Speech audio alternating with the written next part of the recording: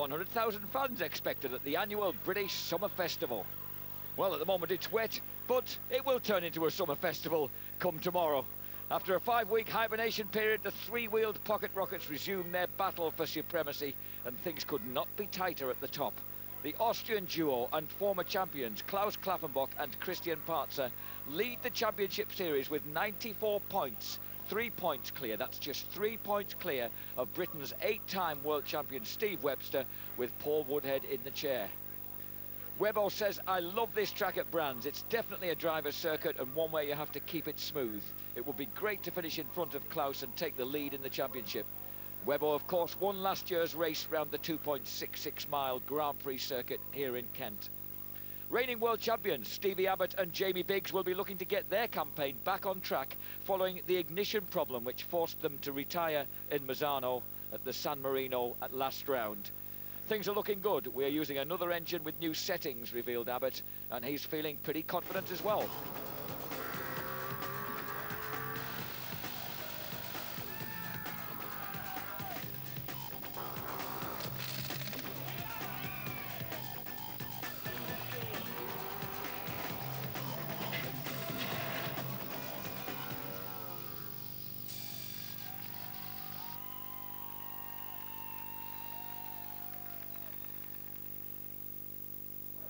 Another team creeping up in the standings in World Superside Racing, the Halton Fabrications pairing of Tom Hanks and Phil Biggs.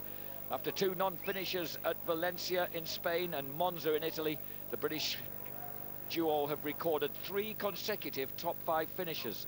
2 fifth places at Oschersleben in Germany and Silverstone, followed by a fabulous second in Misano. "Brands is one of my favourite tracks with its fast sweeping bends," says Tom Hanks. We will be trying another engine, our spare, and hopefully the weather will be kind. Hanks has not yet won a Superside World Championship race despite 4 second places, but his request for kind weather hasn't been granted.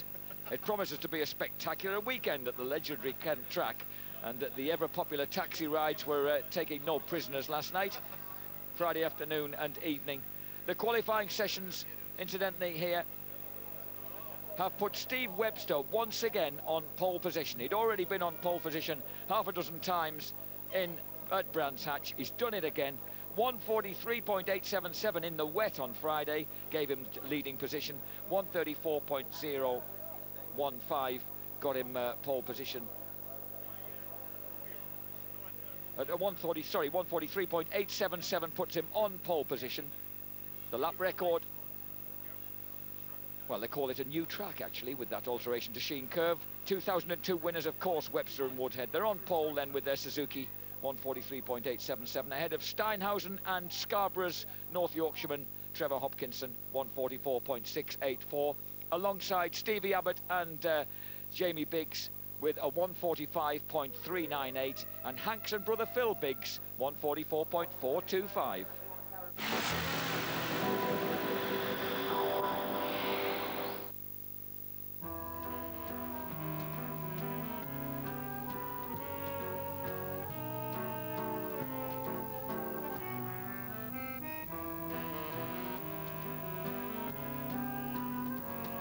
The wireless office, for when you can't get any work done in your own. The HP NX7000 notebook with Intel Centrino mobile technology. Get more reliability from HP.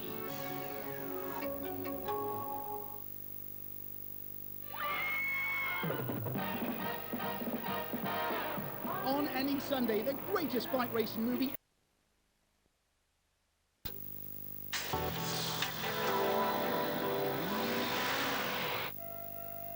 Welcome back to Brands Hatch, and the man on pole position 7 times out of 7 visits. And that is Steve Webster, 43-year-old from Easingwold near York. 8 times a world champion against the 7 times of the legendary Rolf Biland from Sweden.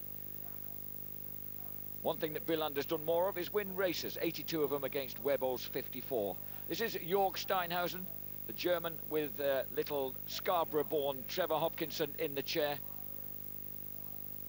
They, of course, only just lost out, tied in the championship with this man, Steve Abbott, last year, and lost it on countback. Steinhausen racing Suzuki's Jörg Steinhausen and Trevor Hopkinson losing out to these guys, Eastern Racing Suzuki, Steve Abbott and Jamie Biggs.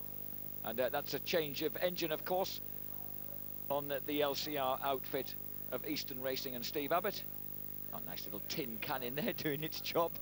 And behind them, the number 5 outfit, Halton Fabrications Yamaha of Tom Hanks from Birmingham, and Saugal Massey outside Chester's Phil Biggs.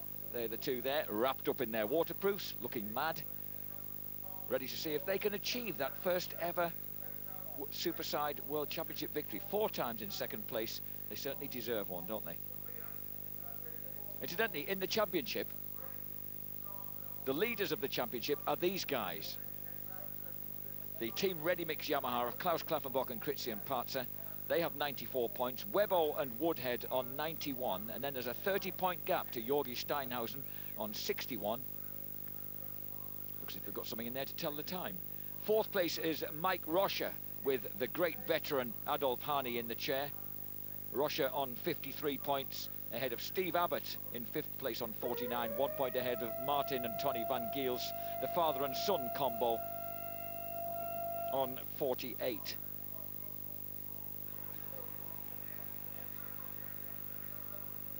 And some pretty impressive names up front, of course. There's always some good British, a strong British element in there. You've just been looking at the people in 6th place on the grid, the GRS Racing Yamaha of Richard Gatt and Paul Randall. Gatt from just up the road in Tunbridge Wells. He is a 31-year-old Englishman, 31-year-old Kent man, and Paul Randall in the chair.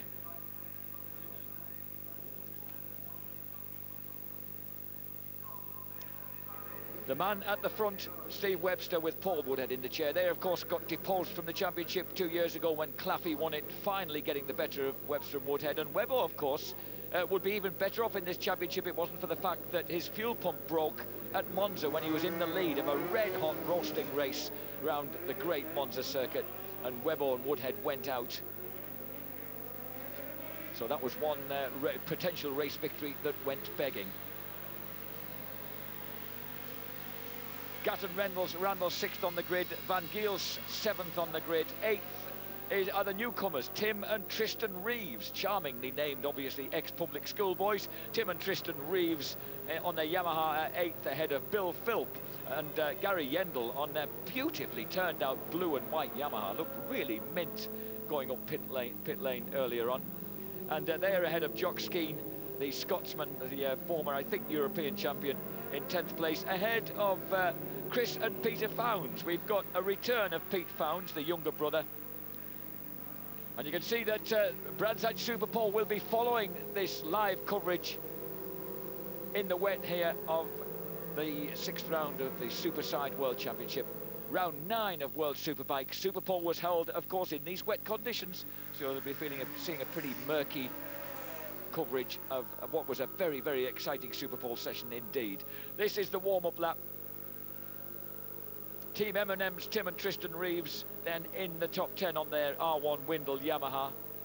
And that merry-go-round at Team Founds, as Chris Founds changing passenger for the 3rd time because he had Stuart Muldoon with him at the start of the year, and then Frank Heidenreich replaced Muldoon, and now in steps Peter, returning to a circuit on which they crashed 2 or 3 years ago, and Peter got injured, so he's got fond memories of Stirling's Bend to come back to.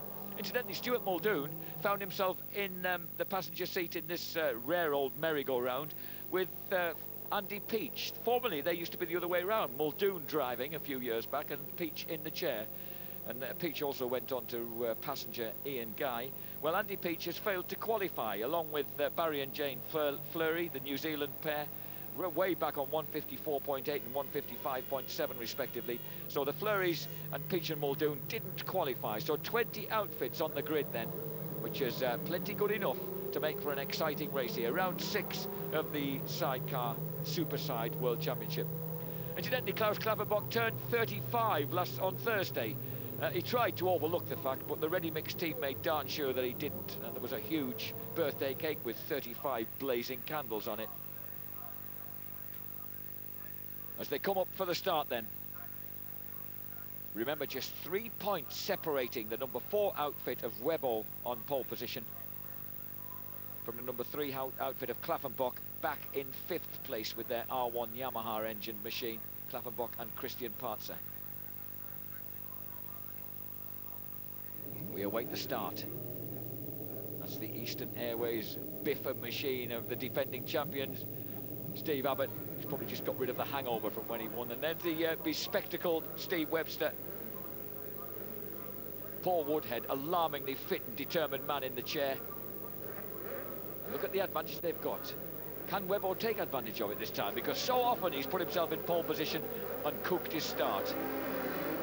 And this time, oh, he gets someone in the middle, and it might have been either Abbott or Tom Hanks, who just about went backwards. But look at that. It certainly wasn't Hanks, because I think Hanks has swept the Halton Fabrications machine right round the outside into the lead. Tom Hanks and Phil Biggs in the lead as they go up to Druids. And once again, Webber has messed up good and proper. I think even Bill Philp has got past him and shoved him back to about 6th place. 3 abreast as they come round Druids now. And this could develop into a very entertaining race indeed. The number 2 outfit of Steinhausen in 2nd place. That looked like Jock Skeeton going wide there into Druids. I think he pretty much got off onto the grass or into the gravel. Here comes Steinhausen with Hopkinson in the chair. Oh, and talking about going wide, Tom Hanks gets way offline through Surtees, and he's pushed back at least to 3rd place, and I think he's going to lose out to more guys pouring through the gap on the inside. So number 2, York Steinhausen in the lead, and that spray is going to be very, very difficult to see through it all. 3 abreast as they come down. Oh! Just about colliding with one another, and look at Klaffenbach taking no prisoners as he comes round the outside, and hair-raising opening seconds here in this sidecar race, and Webber has got himself back to 3rd place. How on earth did the old magician manage that? Diving down into Dingledell, back up to Sheen Curve, and already number 1 Steve Abbott on the Eastern Airways outfit was the man who made that poor start, and he's having to fight his way through the spray. And look at that, Tim and Tristan Reeves, first time out in World Superside on the M&M Yamaha, and they're in 2nd place. Wow, what an astonishing opening set 2 this has been. That number 18 machine there in 2nd place from Betherston. Tim Reeves is driving, and a man from Tenterden, Tristan Reeves, in the chair with him. And relative youngsters, actually. 30-year-old Tim Reeves is the man who's driving as they dive down now through Paddock Bend. Number 2, Steinhausen leads. Number 18, Tim Reeves right behind him. Then Webber, followed by Klaffenbach.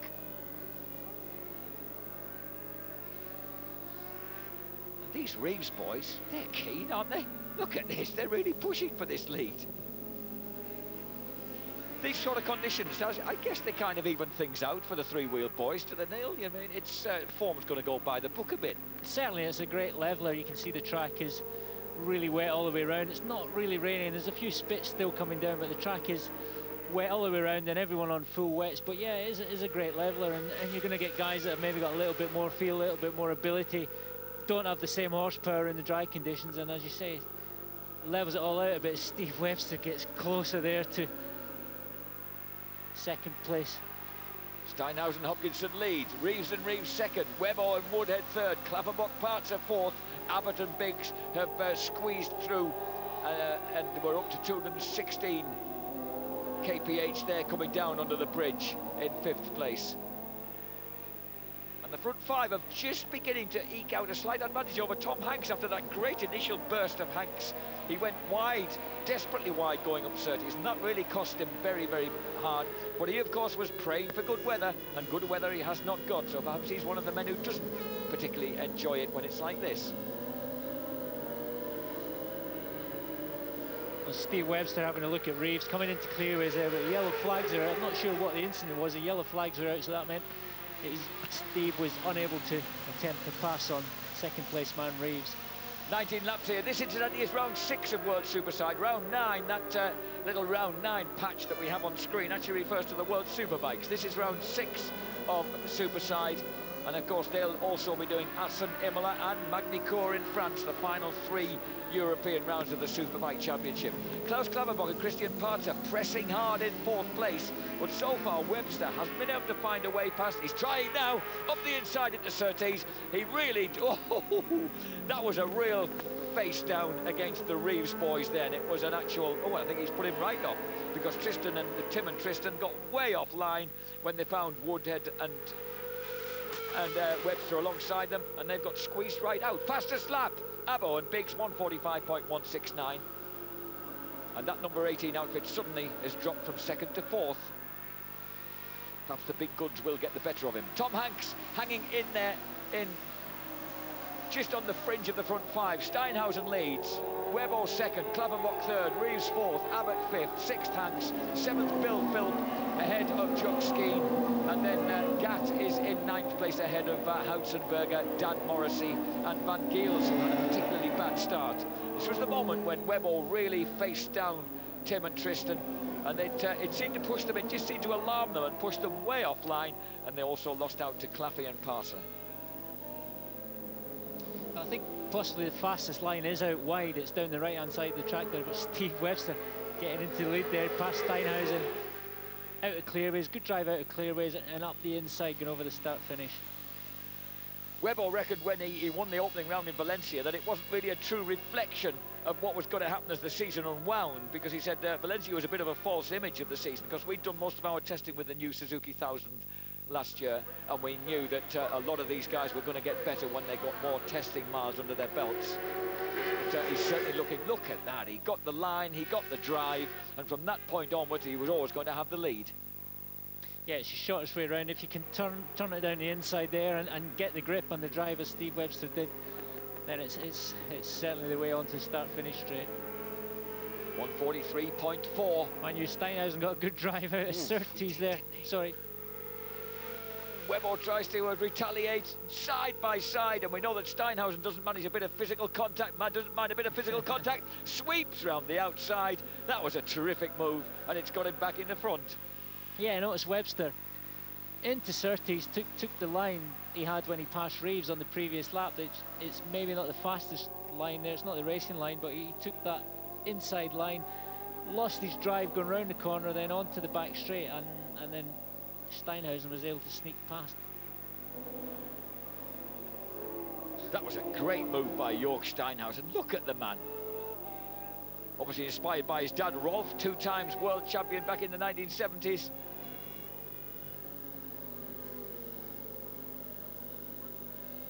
Klaus Klavenbach, winner of 16 races, puts him absolutely level pegging. 16 world championship victories, level pegging with the legendary Swiss rider Fritz Scheidegger, who died in an awful accident at the hairpin at Mallory Park back in the 1960s.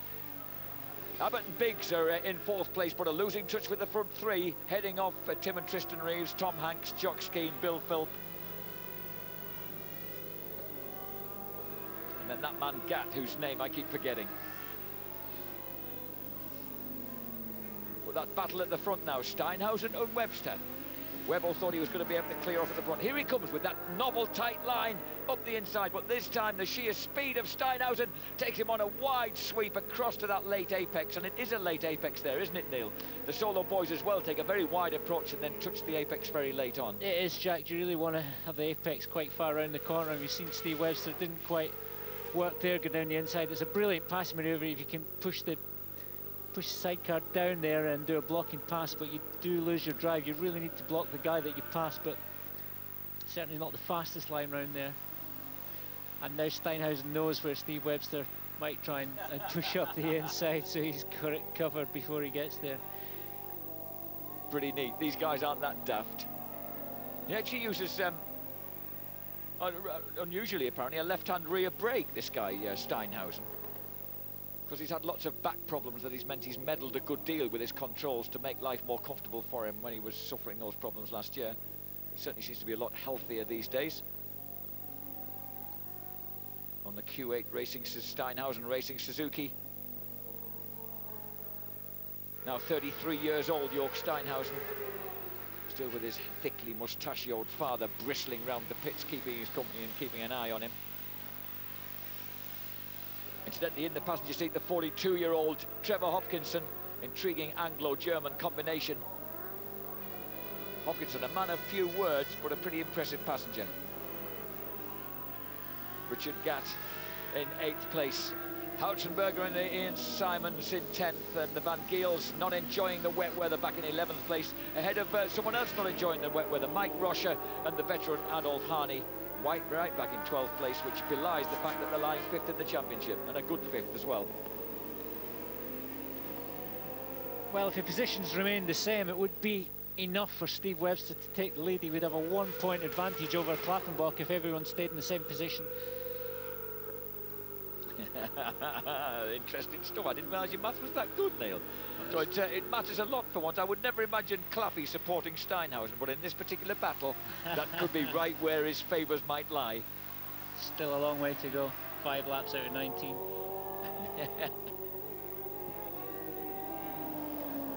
Claffey, of course, won the title in 2001, has finished in the top 3 in 8 of the past 11 years. Leads the championship by just 3 points from the man who was so often his nemesis, Steve Webster, after they had terrific battles. There was one year when just 2 points separated them at the end of the season. There's Claffey in 3rd place. Here's Abo in 4th place, followed by Tim and Tristan Reeves still holding on there in 5th place. Jock Skeen there right behind, yeah, making progress. Jock Skeen, a guttural, tough man. If ever I met a Scotsman, and I've met a few in my time, is also in the frame there. This is Tom Hanks. And Phil Biggs' waterproofs flapping in the breeze and costing him a few valuable miles per hour. Claffey with Christian Partzer in the chair in 3rd place on the Team Ready Mix R1 Yamaha. Jock Skeen must be the furthest travelled man, certainly the UK, in the UK, all the way from Peterhead, and his passenger Neil Miller from Inverurie. Are they a long way up in Scotland then? Well, it's way up top the east coast, up near Aberdeen they're from. Oh, that is pretty impressive, isn't it? And do they travel down from there every time? Do they live full time? Yeah, they certainly do. Yeah, keen as. Oh, here comes Webbo again. Keen as. Jock Skeen, keen as can be. Hopkins and Steinhausen come back underneath, but can't quite make it stick. And Webbo's grabbed the advantage once again on the Castrol Suzuki.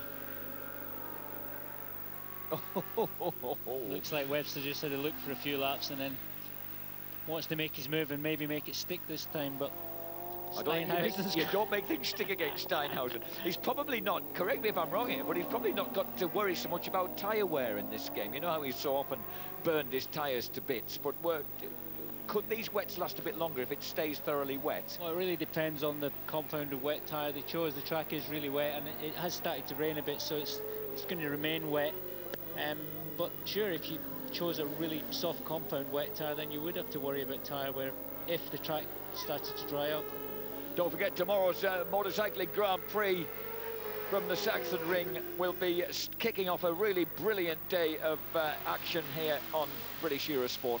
But for the moment, we're here with the sidecar, round 6 of the World Superside Championship. 7 laps out of 19 complete. Webbo and Woodhead leading Steinhausen, Hopkinson, Klaffenbach and Partzer. Abbott, Biggs, Reeves and Reeves, Hanks and Biggs, Gatt and Randall, Flip and Gary Yoda Yendel in 9th place ahead of Houtzenberger and Simons, and then Martin and Tony Van Giels, father and son combo from the Netherlands, and Mike Rocher and Adolf Harney presently in 4th place in the championship with 53 points. Certainly aren't going to be in 4th place in the championship at the end of this race. Look at Jock Skeen. He really is trying to find a way past Steve Abbott, making a real nuisance of himself on that really beautiful looking Alstara Corona decorated bike. He's coming around the outside of him, and Abo's got no answer. It is a beautiful bike, that. Also painted up the east coast of Scotland by Bike Paints in Cooper. And I'm sure their tent's just full of Corona, so I might have to wander around there later on. Yeah, it sounds like a good idea to me. Oh, mind you, I'm still nursing a headache from having a couple of beers in Thunder Park after doing that Dougie Lampkin demo last night, which incidentally was great fun, and be looking forward to doing another one of those tonight. Mind you, it was really beautiful weather yesterday evening. We haven't got quite the weather for it tonight. So the Skeen Racing Suzuki of Jock Skeen and Neil Miller pressing hard there against the reigning world champions as we watch the 8-time world champs Steve Webster with Paul Woodhead, who shared one of those world titles with him back in 2000 leading this race with York Steinhausen and Trevor Hopkinson in outfit number 2, just hanging on as hard as they can, knowing that they've got just over half the race in which to stick with him and perhaps manage to pull a move on him towards the end. Tom Hanks, having prayed for good weather and not got it, languishes 14 seconds off the pace, but ahead of the pace ahead of Richard Gadd and Paul Randall.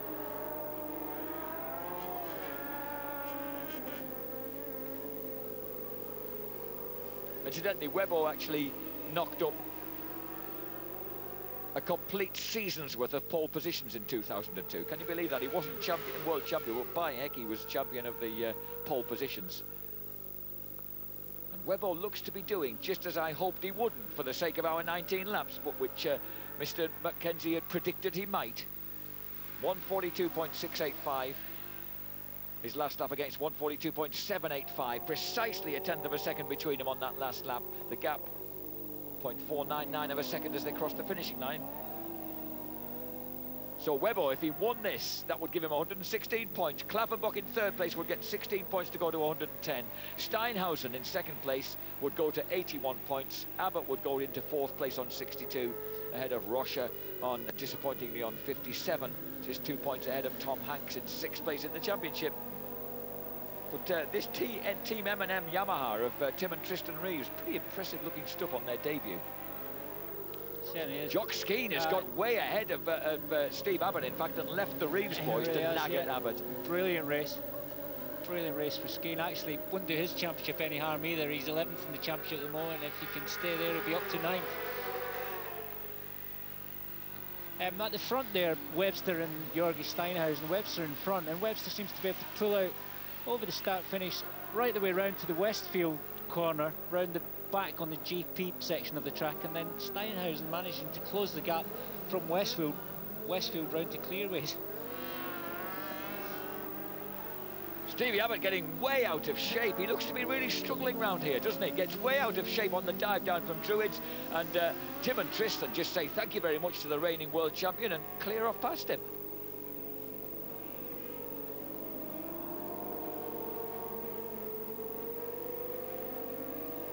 This then, the battle for places.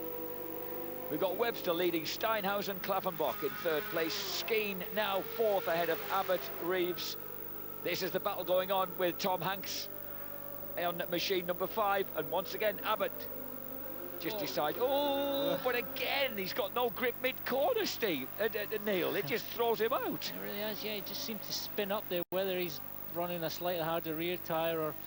It definitely seems to spin up. He looks like the faster rider on the track, Abbott does, but really struggling with his outfit. He comes up the inside there. Now that looks like a good move, and then suddenly he's in all sorts of bother and almost getting in the way for a sec then. Wow. Yeah, well, Reeves had a bit of a problem there as well. He got on the throttle and he got a bit sideways coming out of Hawthorne. Must be difficult not to get excited when you're dealing with the world champion in what must be virtually your first race against him. It's all playing into the bag of Jock Skeen though, and Neil Miller there managing to put a gap on Steve Abbott.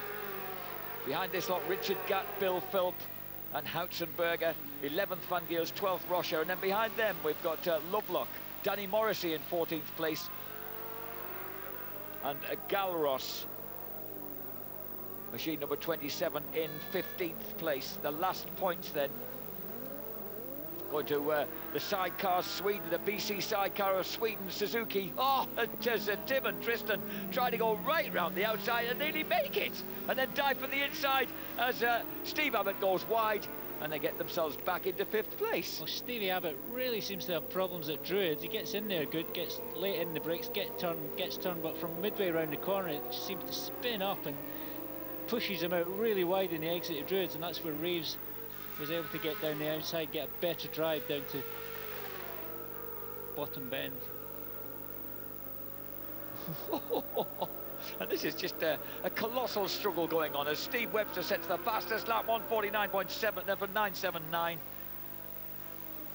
So looking pretty impressive now, the 8 times world champion and about 54 times race winner in the history of World Super Sidecar Championship racing. And number 5, Tom Hanks, is now ahead also of Steve Abbott. And, you know, I don't think Jock Skeen has made his escape far enough. I think those lads could be on the back of him soon. Steve Webster at the front, number 4. Hopefully not yet suffering from steamed up spectacles. He's got an advantage of 0.864 of a second as they cross the line over York Steinhausen on the Q8 Oils Steinhausen Racing outfit number 2. Castrol versus Q8 in oil terms here, the oil war. The battle, incidentally, for that final point is between the Swede Billy Galros, the Frenchman Jean-Noël Mangué, and excuse my French pronunciation, and the number 13 outfit of Chris and Peter Founds. This is the battle at the front. Must be pretty tricky peering through that spray when you're in second place for such a long time, Neil. Perhaps you just get used to it and you begin to get able to judge things by what's happening just in front of you. Do you? Oh, and all of a sudden, that cost Steve Webster deal as he came up on one of the back markers there. I didn't see how that was. It might have been Woodard on outfit number 76 that was just momentarily in the way. That's a Woodard and English on the Yamaha. Over the start-finish in the last lap, Steve Webster had 1.1 seconds advantage over Steinhausen, but that's closed right down now to pretty much 0.3 or 0.4 of a second. The race is never over till it's over, and as the rain keeps returns once again a little more heavily to Brands Hatch, as you can see from the state of our cameras. Look at that, they look like speedboats as they come around Clearways and Clark Curve on that angle. Brilliant, they go past now. I can't help thinking they might feel a bit like speedboats today as well. Yeah, and pretty damp too. Oh, look how much effort those passengers put in. Look how far Trevor Hopkinson gets over the side, even further than, I beg your pardon, that Woodhead gets over the side, even further than Hopkinson as they're coming on the run up to Druids. Woodhead always gives 110%. Oh no! Tim and Tristan Reeves, after a blistering performance on the M&M Yamaha, have had to stop. How disappointing is that? What a brilliant ride. Just enjoy the fact that you've put on a great show, fellas. Don't feel too disgruntled. I know it's an easy thing to say from up here in the commentary position, but there you go. It's all I can come up with at the time. So Tim and Tristan Reeves, the 30-year-old driver and the 33-year-old passenger, clamber out looking disconsolate. They are out of the race, having made very much a lively part of the mid-pack race. At the front, the pressure is still not off Steve Webster, because Steinhausen and Hopkinson are right there with them. Steinhausen, remember, third in the championship, 61 points. If he stays where he is, he would go to 81, but he'd like to make it 86. Back mark. No, that's... yeah, it's a back marker. It is a back marker. Yeah, the number 80 outfit of we're not quite sure who goes tonking past. Yeah, 16 seconds from second, Steinhausen down to Klappenbach in third. So Klappenbach has really settled for that third place at the moment.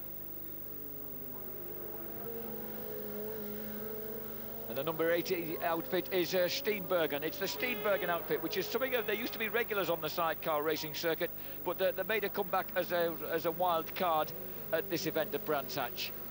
They obviously so loved the English weather, the Steenbergens, they couldn't resist making the trip across from the Low Countries, where of course it is as wet. No, it's Jock Skeen. Oh, Neil, your man. Jock Skeen and Neil Miller have gone off.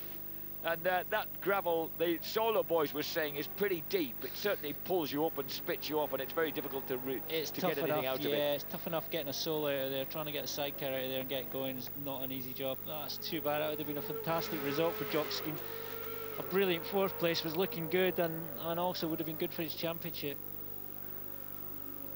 So that means that at the front we've got Webber and Steinhausen on the machine number 2, Klaverbock still third, Skeen's gone from 4th, Reeves has gone from 5th, Hank suddenly finds himself 4th ahead of Stevie Abbott, Richard Gatt up to 6th, Bill Philp up to 7th, Van Giels up to 8th, Hansenberger up to 9th, and Lovelock on outfit number 10 into 10th place. So it just goes to show how completely unpredictable racing is. It just takes one lap for things to turn around, and you suddenly start getting rewarded for your efforts. That looked like Jock Skeen on the outside of the new Sheen curve. The old Dingle Dell section of the track looks like he got in there, got a bit wide and got into that new gravel.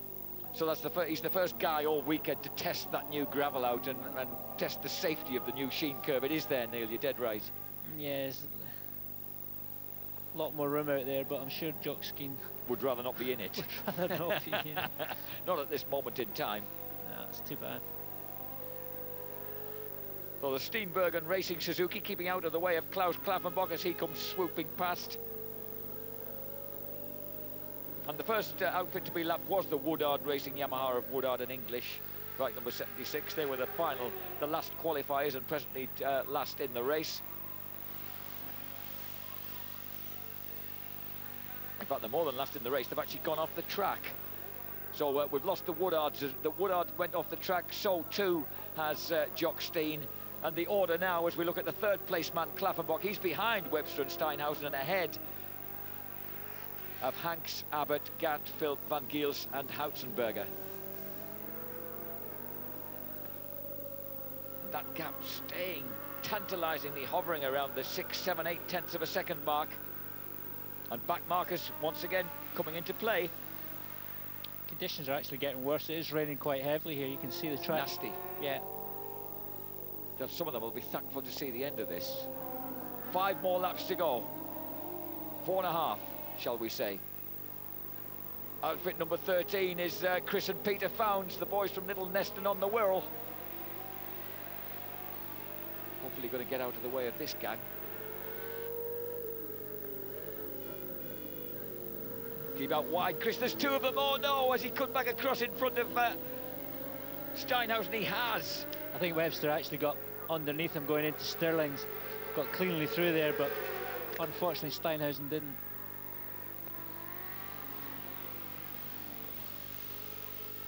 Steinhausen makes his pass going down through Paddock Bend, but he'll be steaming. We know how easily that the German can get knocked. He won't be too pleased with having lost precious time there.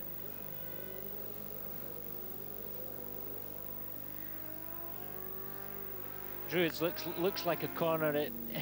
I've never driven a sidecar, but it looks like a corner. You'd be really tempted to get on the throttle there, but you've got to discipline yourself. You open that throttle, you just go sideways, understeer and get pushed wide, and then lose a whole load of time.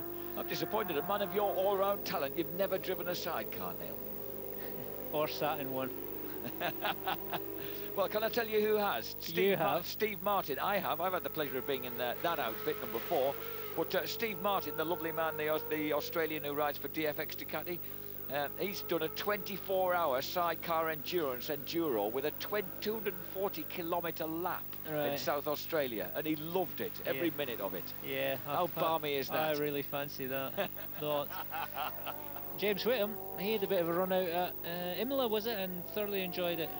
Imola, I can't remember where he was in the sidecar, but he did have a run out in the sidecar. You're right, yeah, and he loved it. Typical Whit. He said, if anything, it felt just a little bit slow because there are 2 men on the outfit, so you know it sort of soaks up the horsepower a bit. Right now, it's the rain that's soaking up the horsepower. Bill Philp up into 7th place in that handsome Yamaha, and Mike Rocher may not be going very fast, but he's being rewarded now with 10th place, although he's only just ahead of Roger Lovelock on outfit number 10. Another guy, I don't know if it actually happened or not, but Alistair McRae was supposed to have a go with Steve Webster at the British Grand Prix at Donington on a Thursday at the Day of Champions. He was going to do a few laps around the Donington Park GP circuit with Steve Webster, so that would have been a bit of alternative sideways action for Alistair McRae.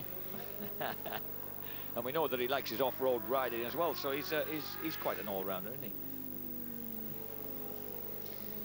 Jörg Steinhausen, the 1997 German champion. 1998 he was the German champion and the European champion, and that was when he'd only just started racing, so he obviously had a lot of his dad's talent right in there in his genes right from the out. And here he is, trying to hang on to Webster with that monster collection of 8 world championships. 43 years old and still doesn't know when to give up. He's not quite close enough to make a pass, but he's certainly in touch, and if Steve Webster loses a few tenths on getting tangled up with back markers, Steinhausen will be right there. Almost is right there. There are certain parts of the course when he seems distinctly quicker, but then, you know, York's always been a bit been keen on giving it hit or fistfuls miss. of throttle. Yeah, and, Well, and when he does give it a little bit too much, it tends in these conditions obviously to step out and lose him time. this section he looks good from Westfield all the way through the new Dingledale or the Sheen curve. Can I just point out that the Frenchman, Jean-Noël Minguet, very kindly moved to one side. I'd like to make this point to Chris and Peter Founds, especially when I see him again, about keeping out of the way of the leaders. Talking about keeping out of the way of the leaders, Stevie Abbott is coming under pressure now from the number 30 outfit of Richard Gatt and Paul Randall. More newcomers who are really making the world champion's life a miserable one here in the rain. Tom Hanks has dropped back behind Abbo, Hanks and Biggs, but Hanks's brother Jamie is just up ahead there, and in between them is that number 30 outfit of Richard Gatt. Richard Gatt from Tunbridge Wells, Paul Randall from Wateringbury, a beautiful name, I don't know where hang it is. So the 31-year-old Richard Gatt in the chair, Paul Randall, 34 years young. There they are in that very pretty green, white and red outfit, and they really are mixing it with 2 laps to go with both Steve Abbott and Tom Hanks. Well, if Hanks doesn't like this sort of weather, he's acquitted himself very solidly, the man from Birmingham. 17 out of 19 laps complete. 8.8 of a second advantage for Webber and Woodhead as they went past us. Klaffenbach third. Abbott, Gatt and Randall. This is the battle for fourth place. And Richard Gatt gets it really hairily wrong coming round Druids. And suddenly he's found himself dropped back behind Tom Hanks and Phil Biggs. Somehow I think he might retaliate.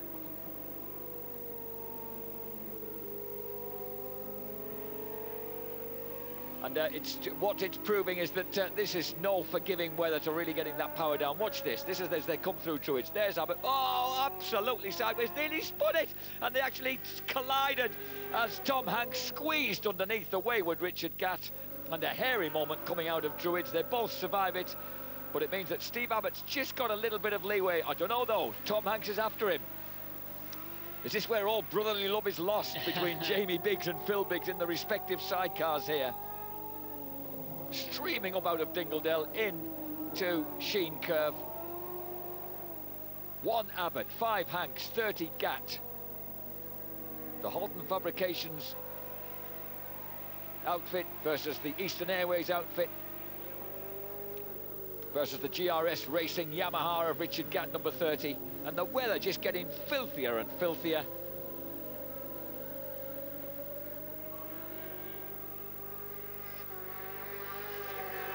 Just a lap to go, final lap.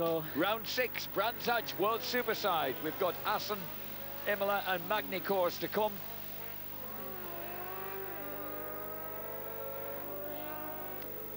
Webster and Woodhead. Steinhausen making one last desperate assault. Has he got it in him to catch him? Steinhausen, number 2 on the Steinhausen Racing Q8 Suzuki from Numbrecht in Germany. An unlikely combination with Trevor Hopkinson from Scarborough, North Yorkshire in the chair. Oh, look at Paul Woodhead. How far over do you want a man to get? But look how tight he is. Steinhausen is going through that new Sheen curve. But I just don't think he's going to be close enough. If Webber doesn't make a mistake, then there's nothing that Steinhausen can do about this. He's won the World Championship in 1987, 88, 89, 91, 1997, 98, 99 and 2000. He's about to take the lead in the championship in 2003. The amazing, the remarkable 43-year-old Steve Webster with Paul Woodhead in the chair takes victory at Brands Hatch on home territory, onto very wet home turf, ahead of Jorgi Steinhausen and Trevor Hopkinson. So 3 out of 4 Brits in the front 2 outfits. The Austrian combination of Team Ready Mix Yamahas, Klaus Klaffenbach and Christian Partzer behind in 3rd place. They lose the lead in the championship then. Yeah, Steve Webster's got 6 points over Klaffenbach in the championship now. So an impressive return to Brands Hatch from Webber. He takes his 3rd victory here. His 7th pole position translates into a win. And pretty brilliant, 27 seconds ahead. And Abbott just gets that 4th place from Tom Hanks and Phil Biggs. And Richard Gatt and Paul Randall, except for that huge moment at Druids, who knows, they might have had that 4th place. Mind you, what about Tim and Tristan Reeves, amongst others? And here's number 17, and that's Bill Philp. That immaculate blue and white Yamaha. Bill Fund and Gary Yendel crossed the line. They finished just behind Martin and Ton van Giels, the Dutch duo. So it's been a pretty terrific race here in filthy conditions that were are forecast to improve drastically. This was supposed to be sunshine and showers here today, but despite the fact that the forecast has gone skew with, it's supposed to be a lot better tomorrow. But I don't think Webber's too bothered about that. Even in the rain, in front of a very hardy and brave and substantial audience, Webster and Woodhead have taken victory in the sidecar race and put themselves back on top of the table. 116 points to Klavenbach's 110. Steinhausen loses the race, but seals a better third place in the championship, now 21 points clear of Steve Abbott, the man who edged him out in the title chase in 2002. Mike Rocher drops to 5th, ahead of Tom Hanks by just 2 points. Van Giels 2 points further back. And Bill Philp moves into 8th place in the championship. The unlucky Jock Skeen in 9th place, just ahead of Gerard Hautzenberger. Roger Lovelock back there, Mingway and Bidolt in 14th place, and 15th place for Chris and Peter Fownes. It was worth their surviving in the rain to get themselves a point there, the boys from the Wirral. Thumbs up from Christian Partzer, not however from Klaus Klaffenbach, directed at Steve Webster. There's a history of deep-seated aggravation between those two, back from when the days that David James was in the chair with Webber. So there's confirmation that after 4 race wins, Webber on 116 points has the advantage over Klaffenbach and over Steinhausen, the other 2 race winners in this 6-round series. Abbott in 4th place, Rocher 5th. Hanks and Van Giels, I beg your pardon, level on 57 points in 6th place, ahead of Bill Philp 8th on 42.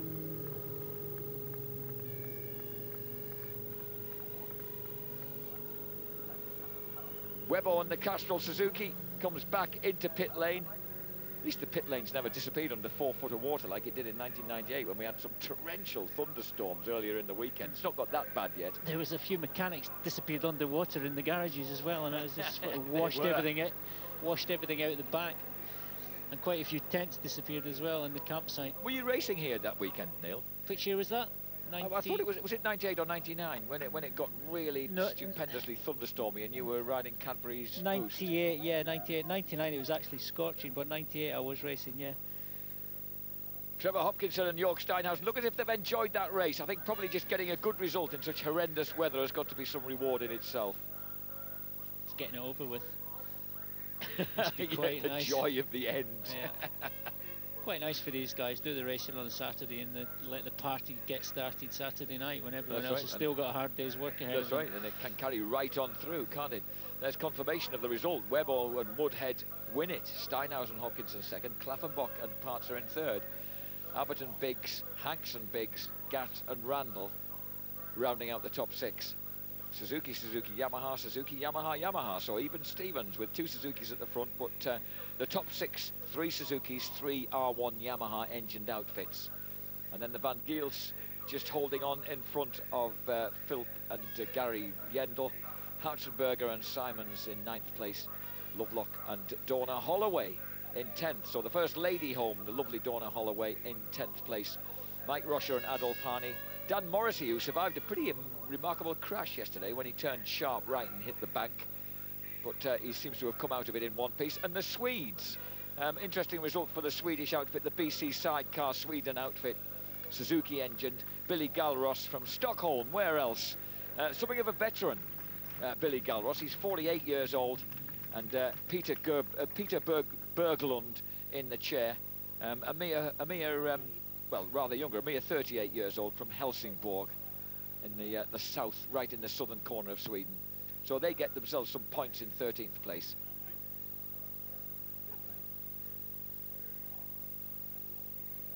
It'd be interesting to see what these guys have to say about a race as filthy as that.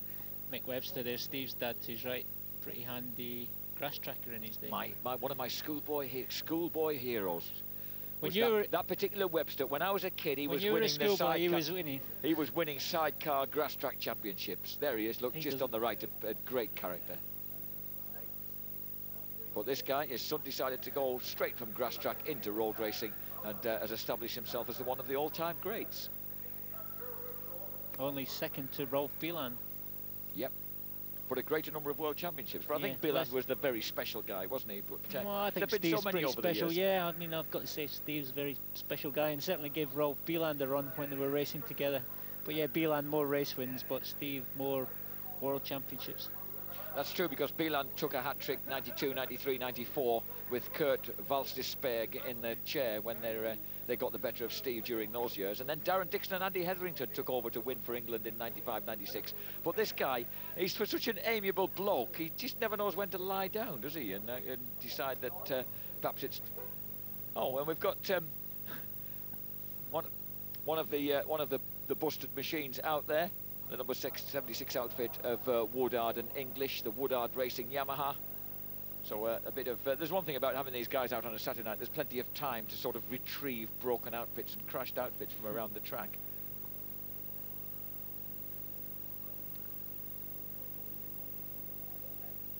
Tomorrow morning at 9 o'clock on British Eurosport, the MotoGP from Germany. Jeremy Williams in second on the grid. Second on the grid on two-stroke or four-stroke? Two-stroke. Is that how good the two-stroke is round that tight little Saxon ring track? Because that's the slowest track they go to, isn't it? Yeah, very impressive. So maybe we're on for a rostrum. I haven't asked you who's going to win tomorrow here. Does it depend on the weather? I'm talking about World Superbikes. Do you know what? Hopefully John Reynolds on the Rizla Suzuki, but I reckon Ruben's house is going to be right there, wet or dry. Yeah, I'm pretty convinced that he will be, because I don't think that spill today dented that remarkable confidence he's built up over the last two rounds. Certainly, yeah, but I think we're going to see a few wildcards on the podium as well, a few BSB guys. Mr. Byrne and Mr. Reynolds are the favourites, I would say. York Steinhausen and the little package alongside him, North Yorkshire's Trevor Hopkinson, step up in second place. Steve Webster and Paul Woodhead. What a pair. Look at Woodhead there with those little childish dimples in his cheeks. It's hard to believe that he holds down such an utterly respectable job. He's in charge of the whole of Volkswagen GP's servicing departments right across the UK. So he works pretty hard during the week as well as doing this. I don't think the people he works with can quite make sense of what on earth he does at weekends. Well, this is it, folks. He wins. You get the feeling he'd win whatever he did. I know who to go and see when I need my Golf diesel service. Then. You certainly do, yeah. Is that what you've travelled in this weekend? No. No. Don't tell me you're in the gleaming Merc, burning rubber all round. No. Oh dear me, this man's got so many cars, folks, I can't even hit on the right one that he's coming. I think it's time that you actually went in a sidecar outfit. I think it's time Webbo took you around the track, actually. It's time I experienced it. I believe you've been invited to race Supermoto for KTM UK by A.D. Smith. Any chance of you making a fool of yourself on that? No comment. Yeah, good chance of making a fool of myself. But yeah, no decision being made there. But no, I would say it's probably unlikely. It sounds far too painful for me. Remember, incidentally, while we've got a moment here, as Steve Webster joyously holds up the trophy, a reminder that Shane Byrne and Stuart Easton will be with the North Yorkshire Road Racing Supporters Club on August the 12th, a Tuesday evening at Elders Nightclub in Northallerton. That's going to be a cracking night. They always are good nights. They had a wonderful time recently with Colin Edwards. So Shaky Byrne will be burning up Northallerton on August the 12th. Possibly already established as British champion, possibly after winning as a wild card here at Brands Hatch tomorrow. You'll have to tune into Eurosport News to find out.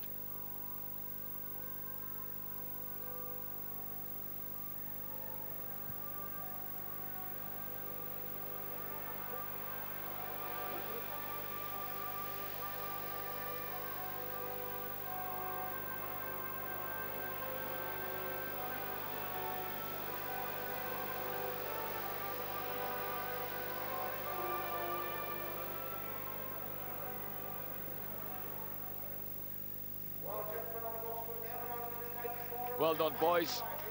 Steve Webster and Paul Woodhead. They weren't sure for a moment whether there was going to be any more dozy tunes coming up before they could start firing the champagne around at anyone amongst around. I would expect them to be drinking it, actually. So the 6th round of the Superside World Championship and the 4th victory for Steve Webster. And if he hadn't suffered problems in the other 2 races, heaven knows where he'd be in this championship. But right now he has got an advantage of 6 points over Claffey. But I think Claffey will be back on him when we get to Assen, especially if the weather is just a little kinder.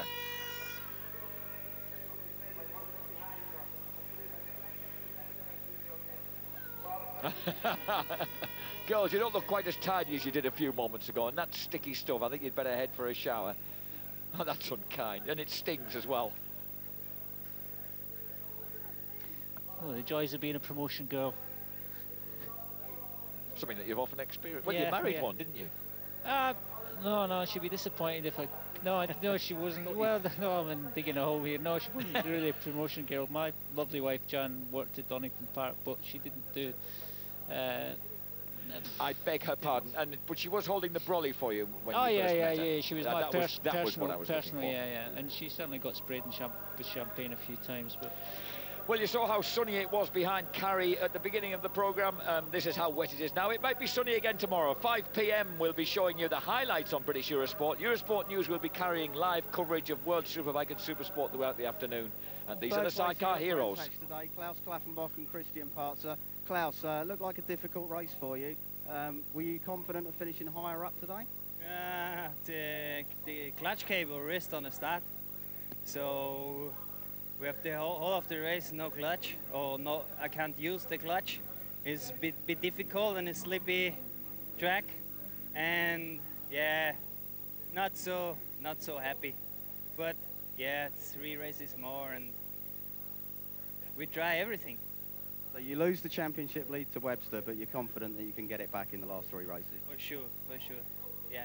And Christian, any difficulties for you out there? Big troubles with the helmet. The water come in the inside, and it's very shit. Very difficult to see where you're going. Good result, thanks guys. Runners up here today in a tremendous battle with Steve Webster earlier on, and pushing Steve all the way. Trevor, tell us about it from your point of view. Jörg just rode really well. The bike was so good today. It was on rails. The problem was, once Steve got past, it was very difficult. We had 1 or 2 goes at him, but you just couldn't see. And Jörg, from your perspective, you really tried hard on that last lap to get the win today. Did you think you could do it?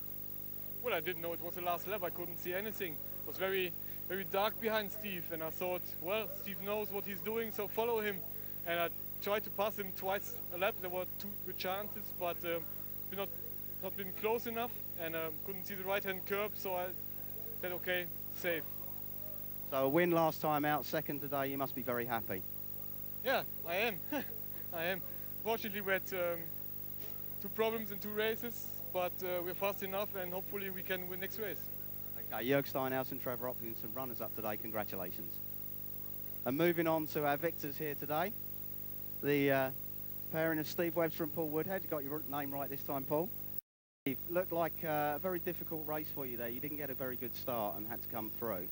It's very important not to, in the wet, to spin the tyre too much and to try and, look after the tyres, and that's what we did. We got into the lead and knew when Jörg and Trevor were behind us, it was important for us not to try and make no mistakes at all, because they were right there. I couldn't break away, and knew 1 little gap and it had been in, so it was very, very, very difficult for me to concentrate a long time to try and not to make a mistake. But they rode well, and we're very happy, to be race winners.